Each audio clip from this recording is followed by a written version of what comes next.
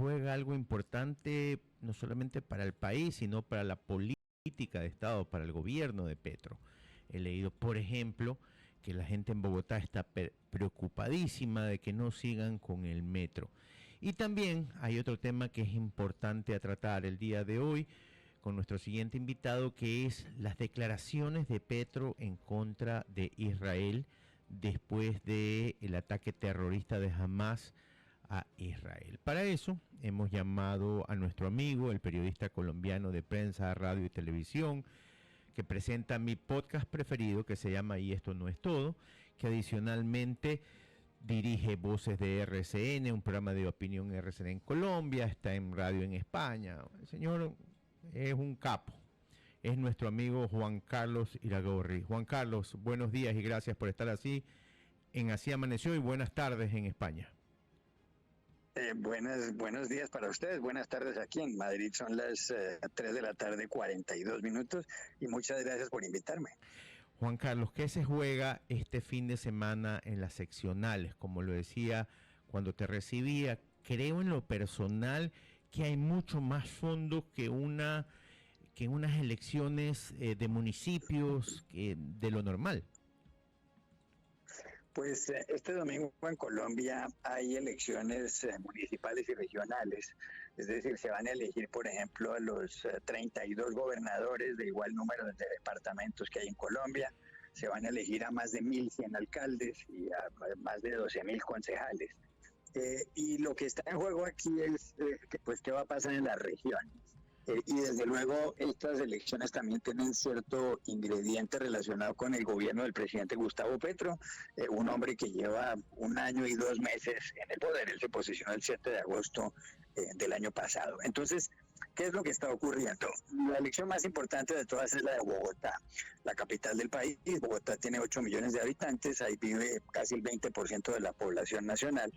Y entonces el candidato que, según las encuestas, puede ganar en primera vuelta, esto es importante porque es la primera vez que habrá una elección a 2 vueltas en Bogotá, puede ser Carlos Fernando Galán, del Nuevo Liberalismo, hijo de Luis Carlos Galán, un dirigente político asesinado en 1989. Carlos Fernando Galán no es petrista, y Carlos Fernando Galán es un hombre que en estos momentos tiene en las encuestas más del 40%, o sea que podría ganar en primera vuelta. Wow. Se requiere más del 40% en primera vuelta y sacarle 10 puntos de ventaja a su inmediato seguidor. Y en estos momentos le lleva 20 puntos de ventaja Carlos Fernando Galán a Gustavo Bolívar, que es del pacto histórico, que es el partido de Gustavo Petro.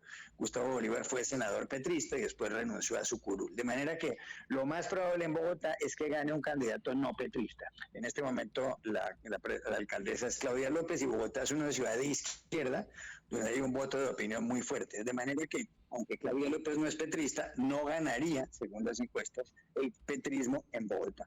¿Qué ocurre en otras ciudades? Medellín, la segunda ciudad de Colombia. Está clarísimo que va a ganar un candidato de derechas, que es Federico Gutiérrez, y que va a perder el candidato petrista. La diferencia es gigantesca, es de más de 50 puntos a favor de Federico Gutiérrez. En Cali, que es la tercera ciudad, no está tan claro. Hay un empate entre... Esa es nuestra ciudad. No está tan... Yo nací en Cali. Y mi mamá. Pero, exactamente, yo no viví nunca en Cali, pero es probable que gane Roberto Ortiz, que es un candidato más bien de centro izquierda. Cali ha tenido alcaldes muy malos últimamente. El alcalde actual apoya a Gustavo Petro, Jorge Iván Ospina, pero es probable que gane Roberto Ortiz, que está peleando la alcaldía con Alejandro Beder, un empresario muy tradicional, muy adinerado de Cali, y un hombre prestigioso. Ahí no está muy claro qué vaya a pasar. Y la cuarta ciudad de Colombia, después de Bogotá, Medellín y Cali, es Barranquilla, en la costa caribe, y está clarísimo que va a ganar Alejandro Char, que no es petrista, que ya fue alcalde de Barranquilla, que es una familia conocida de empresarios en esa ciudad. Entonces, mucha gente interpreta todo esto como que el petrismo va a perder. En Medellín el alcalde saliente es petrista, o era, porque renunció hace poco, y la gente lo que interpreta es que el petrismo no va a gobernar ni Bogotá, ni Medellín, ni Barranquilla, y no se sabe muy bien qué ocurre en Cali. Ese es básicamente el asunto. Adelante, Guillermo. A ver, y ahora vamos al otro tema. ayer o hace pocos días o ayer la revista The Economist, una de las revistas más importantes del mundo en temas financieros y también ahora políticos, sacó un artículo que no lo deja muy bien parado al presidente Petro, como diciendo que su agenda es muy mala, que siempre llega tarde, que no tiene agenda política, que parece más revanchismo que cualquier cosa. Y las semanas anteriores, después de lo que pasó en Israel con Hamas, se dedicó a una pelea con el Estado de Israel diciendo que si él tenía que cortar relaciones con Israel, pues lo hacía, a él no le preocupaba. ¿Qué pasa con Petro? Pues mucha gente no lo entiende. La revista dice lo que está mencionando usted ahí. Es un artículo que dice que Petro, primer presidente de izquierda en la historia de Colombia, está tambaleante, aunque también podría traducirse esa palabra como que está en problemas. Y empieza el artículo con esa frase, dice: Gustavo Petro siempre llega tarde. Entonces señala que Petro no va a muchas reuniones que tiene previstas, lo cual es cierto. Dice que él disolvió la bancada mayoritaria que tenía en el Congreso de la República y que ahora la agenda legislativa de Petro está moribunda. Eso no está tan claro, pero es verdad que él ya no tiene mayorías en el Congreso, le cuesta trabajo poder hacer aprobar sus proyectos de reformas, y se refiere ya en la parte internacional, en concreto a lo que pasó con Israel y con Hamas.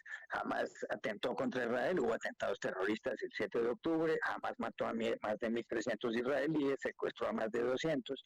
Evidentemente ha habido una respuesta muy dura por parte de Israel en la franja de Gaza, desproporcionada. Pero la queja de Israel es que el presidente Petro no fue capaz de escribir un mensaje en Twitter o de decir que él condenaba expresamente los atentados de Hamas. Lo que dijo Petro todo el tiempo es que los niños en Israel, a muchos de los cuales asesinó Hamas, los niños de Israel podrían vivir tranquilos el día que los niños palestinos puedan vivir tranquilos.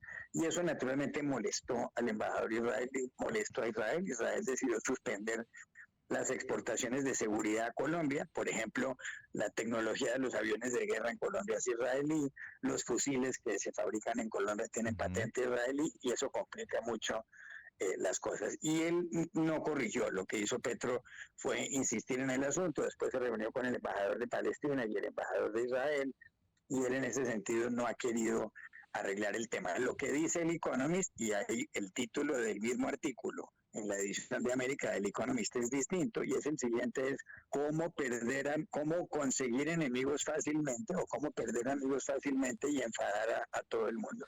Y el Economist dice que hay una falla diplomática de Petro, porque lo que él ha debido hacer pues es como simplemente decir, se habría podido resolver el problema en dos frases. La primera: condeno los atentados terroristas contra el pueblo de Israel. La segunda: le pido a Israel que no viole el derecho internacional humanitario en su respuesta. Eso es básicamente lo que dice The Economist. Petro primero entró con ministros como la de Energía, que en verdad, y sin ofender a nadie, daba risa por sus declaraciones. Después tuvo escándalos como el del hijo, que lo hemos hablado contigo aquí, con su ex embajador en Venezuela. Ahora se pelea con Raimundo todo el mundo, porque creo que ya no consigue enemigos localmente, porque ya los enemigos, y te lo digo con mucha experiencia, los líderes, cuando ya no encuentran enemigos locales, empiezan a buscar los de afuera, porque los locales dicen: ¿sabes qué? Ya dejemos, ya que hable solo. Mi pregunta es: ¿Petro va a poder gobernar en estos casi 3 años que le quedan o más con una baja popularidad y con este tipo de exabruptos? Pues Petro tiene una desaprobación del 62%, además del 60% en todas las encuestas. En Colombia muchos presidentes tienen una desaprobación así, pero como dice la revista The Economist, él alcanzó esa desaprobación muy rápido. No está claro de si él puede gobernar con tranquilidad. Mucha gente en Colombia piensa que Gustavo Petro está desperdiciando la oportunidad de ser un primer gran presidente de centroizquierda en el país. Si él hubiera hecho aprobar 2 o 3 reformas importantes, y le aprobaron una reforma tributaria importante, el proyecto de reforma pensional que tiene es en general importante, pero si él hubiera hecho eso y hubiera administrado bien el país, pues quizá el gobierno recibiría una gran cantidad de elogios, pero él ha querido cambiar absolutamente todo y el presidente Petro como bien están diciendo ustedes ahí, está cazando peleas con todo el mundo. Entonces, si uno quiere desmontar un sistema de salud que en términos generales funciona bien, no lo digo yo, lo dice la OCDE, es verdad que tiene fallas, es verdad que la cobertura es del 90 y tantos % y es verdad que en zonas remotas no llega.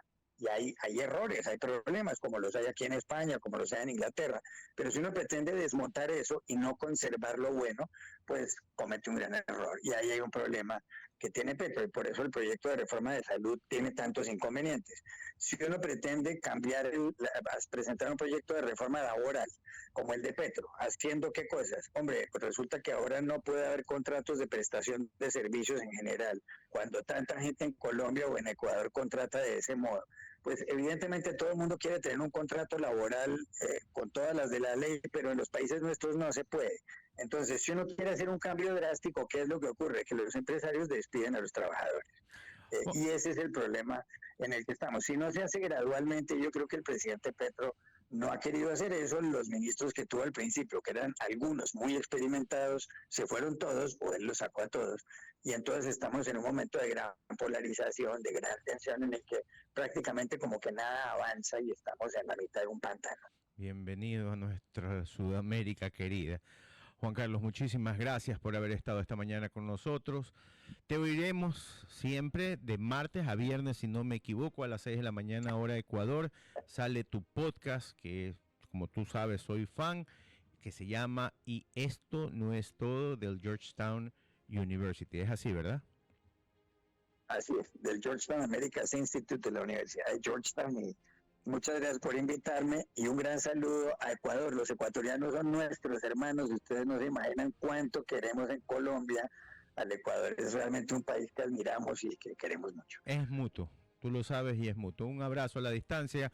Era Juan Carlos Iragorri, periodista colombiano, como yo siempre digo, un capo, porque no solamente la hace en la radio, que usted sabe que radio en Colombia es muy importante, sino que para mí, en lo personal, tiene el podcast más importante en Latinoamérica sobre política y acontecer Latinoamérica, iberoamericano y hasta mundial, que se llama Y esto no es todo.